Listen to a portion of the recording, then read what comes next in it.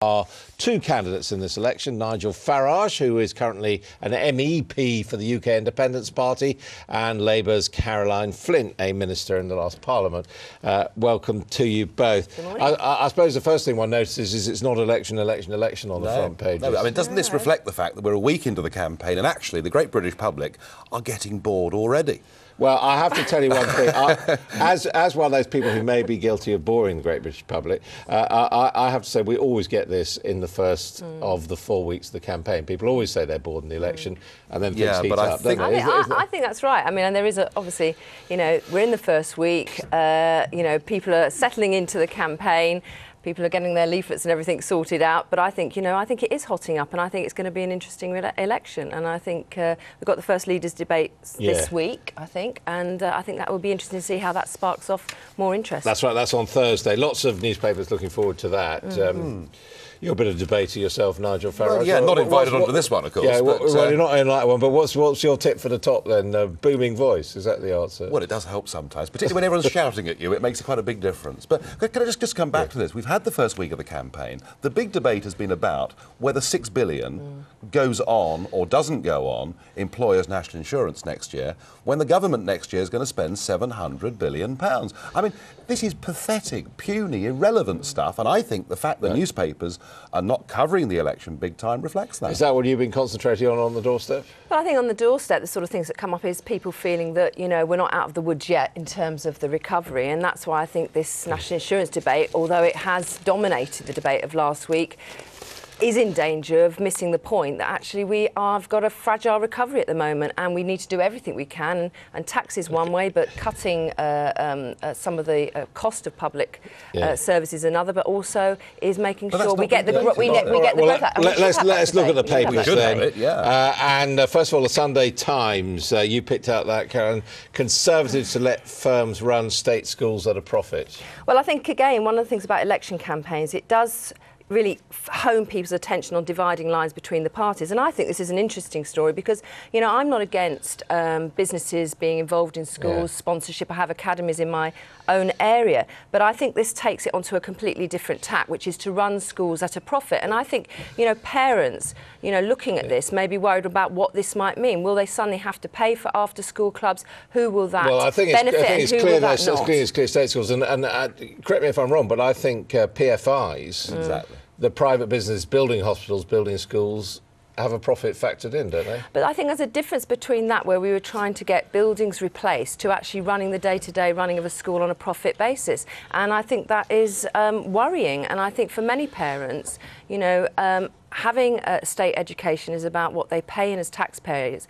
and the idea that maybe down the road we'll have a Tory vision of education, which is you get so much free, but the other bits, the add-ons, you have to pay for, and that would leave a lot of families out and in the lurch. But if you don't like it, you picked out the Express saying voting is the best form of protest. Yeah. I mean, Neil Hamilton saying what millions of people feel, that they've lost faith with politics. He says that as someone who was voted out himself. Yes, he was. That may have clouded his judgment. No, I don't think so. Look, there are millions of people who don't intend to vote, and whatever we say about this campaign, the intention to vote at this stage is about 10% down on where it was in 2005. And what Hamilton is saying is, if you feel angry about the fact that you can't trust your politicians, about the expenses scandal, please don't just sit at home, go out and vote for somebody. And he recommends... That's as someone who was voted out on an expenses issue, so... Well, he makes a point on it, but what he's saying is... What he's saying here is... Well, you agree with him on this occasion, don't you? What he's saying here is that actually Parliament, this election is becoming less and less relevant because most of our laws are made by Brussels anyway. But don't stay... Here we go, Nigel. Well, 75%, I mean, it's quite a lot, really, isn't it? Well, I'll dispute that. I think we agree. It's disputed. Now, having already been on the education battlefield, you've got... housing. Well, you've also got to the NHS. Yes. Yeah, the Observer, Labour saved the NHS since 1997. Now, this is a King's Fund report saying that things have got better in the NHS, but it has to be said at a tax price. Well, yes, I mean, we have had to raise investment into the NHS, but, I think when you can show that that's made a difference, it's justified. And I remember back in '97, people waiting 2 or more years for just eye cataract operations. Now people are getting, treatment that they need earlier than ever before. We've improved the stock of the buildings we've got, and some of that is involved using PFI, and that's good. The other part of it is is the job isn't over, though. We need to do more, better, and even more efficiently. And the other side of that, obviously, as a former public health minister, is what we do to prevent the sort of conditions down the road through bad diet, alcohol and everything else. Do you think it's a trump card, the health service for Labour? Yes and no. I think it is better. There are lots of new shiny hospitals everywhere.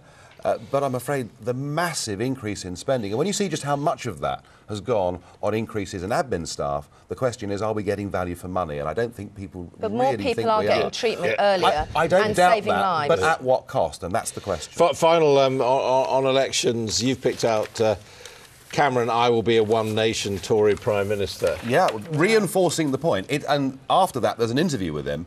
It's one of the blandest Would you say things. anything else? It's one of the blandest things I've ever read in my life. It's a policy-free zone, and it confirms for me my You're suspicion. not a one-nation man yourself. You like a bit of division. If you actually... Well, I like to have debate on real policies. And what we've got here, I think, is a general election campaign where we're voting for a change, not of government, but of management. All right, let's move on. A lot of comment on, Nigel, this plane crash yesterday which killed the Polish Prime Minister. President, and it killed the head of the central bank, and it killed all the chiefs of staff, and it killed members of the lower house, members of the upper house. I mean, wow, this is a really massive and shocking event. And of course the bitter irony that they were going to Russia for the first time ever to try and reconcile differences over this murder back in 1940 of up to 20,000 Polish army officers. The Russian plane going at Russian invitation for the first time. Some people might say a bit suspicious.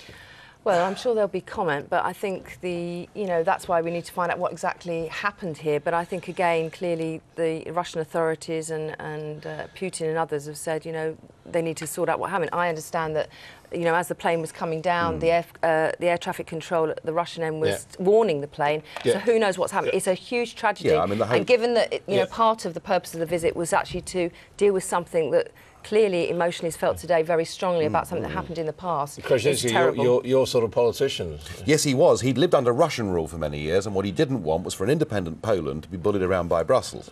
So, yes, I rather admired him, actually. Well, I think we'll be thinking about other things today in Poland, to be honest. OK, we must leave it there. Thank you both very much indeed. This is Sky News, and on our website, skynews.com, you can keep up with all the latest political gossip at the Bolton & Co blog. And coming up, Lib-Labour Pacts, David Blunkett.